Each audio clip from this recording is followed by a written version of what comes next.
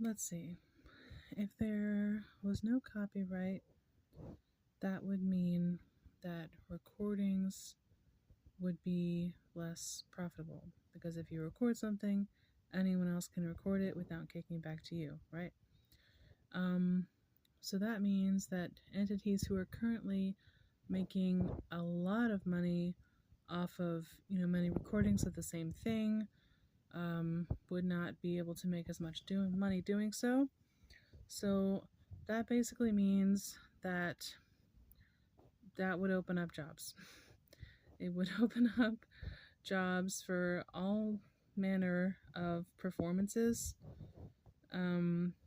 Instead of huge studios making a couple movies and all the money that goes into making those couple movies with only a few people employed on those movies, you would then have more live performances, more plays, maybe movies with smaller budgets but more of them, so that more people get to make movies. And it's interesting, like, podcasts these days, I feel like without the recording equipment, the function those podcasts serves is like going into your local cafe where the cool, hip, intellectual people talk and sort of listening to them talk. And through technology, we're sort of accessing certain people's, casual daily conversations remotely. And if that was not an option, we would all have to, like, either invite those people over to our homes, or we would go and be where those people are to hear them talk in real time. And so, basically, like, let's take the example of, like, public domain stories being sort of remade by large corporations, and then people are sort of mad, like, oh, why did you do this to this story? This story was never like this. I don't approve of this. And it's like, well, why don't you tell the story yourself? And one of the reasons that they can't tell the story quite as well themselves might be that they don't have, like, many millions of dollars and many people to cast. But that's not a good thing. Like, it's not really fair that an extremely elite percentage wedge slice of the population gets to work on, like, extremely elite and expensive projects, which then are sort of turned out for, like, mass consumption, made available, hyped up to the gills, and so if there wasn't such a huge, resource gap between the most expensive productions and the most, humble productions or performances, then there's just that much less hype to make people believe that the most expensive ones are the best, because it's not always. Just like the wealth gap between the lowliest employee and the CEO, like where the CEO is making, like, thousands of times more an hour.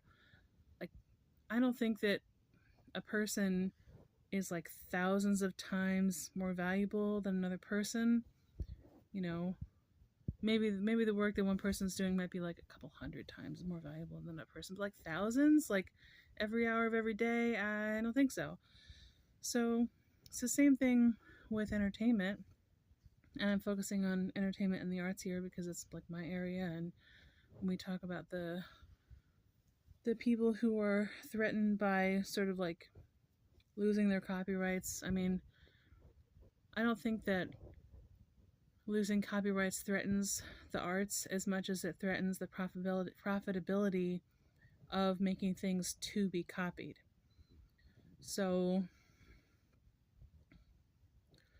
we need to go back to having original experiences. We need to have the taste to want to consume original artworks and original performances, and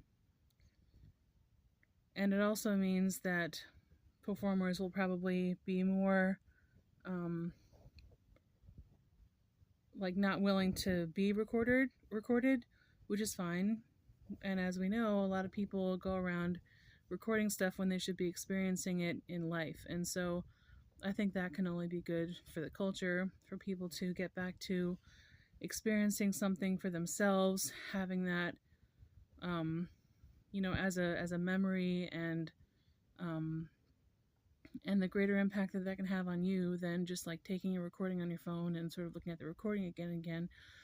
Because in the process of recording something or watching a recording versus being there live with performers or artists, it's not the same experience. And if you're in a live venue seeing live people doing something, they don't have to be like that great for it to be a good experience for you. If you are, depending on like your emotional state and like your presence in the moment and your openness to, experiencing something wonderful, even something mediocre can be so moving to you. And it's seeing something recorded is not the same experience.